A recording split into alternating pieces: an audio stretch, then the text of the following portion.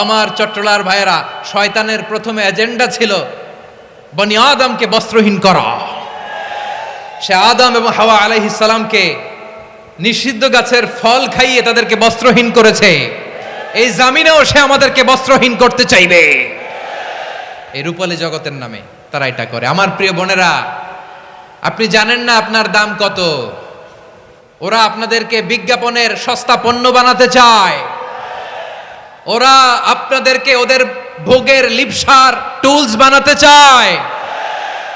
ওরা আপনাদেরকে দিয়ে ওদের খায়েশ পূরণ করতে চায়।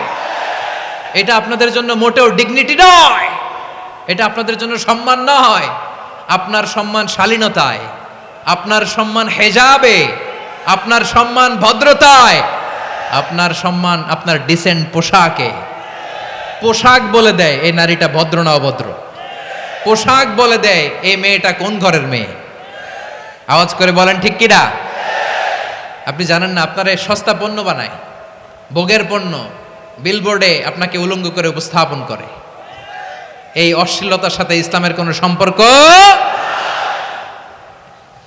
এজন্য আল্লাহ বলেন, আমি অশ্লীলতাকে হারাম করেছি। অশ্লীলতাকে হারাম করার প্রথম কারণ হলো এর মাধ্যমে মানবতাকে অপমানিত করা হয়। কারণ মানুষের সম্মান মানুষের পোশাকে। মানুষ যখন পোশাকহীন হয়ে যায়, বস্ত্রহীন হয়ে যায়, তার সম্মান কমে যায়। ঠিক কিনা? অশ্লীলতাকে হারাম করার প্রথম কারণ হচ্ছে মানুষ মানুষকে অপমান করে। একটা নারী, সে তো সম্মানিত। নারী যে কত সম্মানিত, নারীরা এটা বুঝেই নাই। বিশ্বনবী বলেন, আর দুনিয়া কুল্লুহা মাতা ওয়া খায়রু মাতা'আদ দুনিয়া আল মারআতুস সালিহা।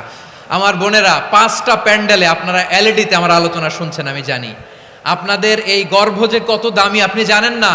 আপনার পেট থেকেই আসবে আগামী দিনের সালাহুদ্দিন আল আইয়ুবী। আপনার পেট থেকেই আসবে অনাগত দিনের ইমাম মাহদি আল মুনতাদর। আপনার পেট থেকেই আসবে অনাগত দিনের ফয়সাল, ওয়াসিম, মুগ্ধ, আবু সাইদের মতো বীর যোদ্ধা।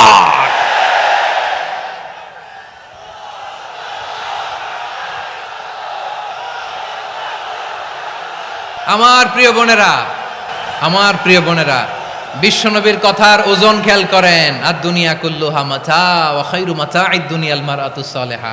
দুনিয়ার সবকিছুই অ্যাসেট, এর মধ্যে সবচেয়ে দামি অ্যাসেট নেককার নারী। আপনার গর্ভ যে কত দামি আপনি জানেন না। নিজের সময়টাকে কাজে লাগান, কোরআন পড়েন, সুন্নাহ পড়েন। আপনার অনেক দায়িত্ব ঘরে। You are the MD of your family. একটা family it's a very big institution. পরিবার একটা অনেক বড় প্রতিষ্ঠান। And you are the MD of your institution. আপনি এই পরিবারের MD, managing director of your family. এখানে আপনার কত দায়িত্ব। আপনি ছেলেমেয়েদেরকে তারবিয়া করবেন।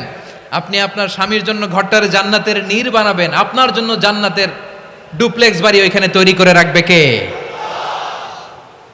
আপনি যে কত দামি আপনি জানেন না। নারীদেরকে আল্লাহ বানিয়েছেন উচ্চতর করে, নিম্নতর নয়। নারীদেরকে ছোট্ট জিনিস দিলে এটারে বড় করে দেয়।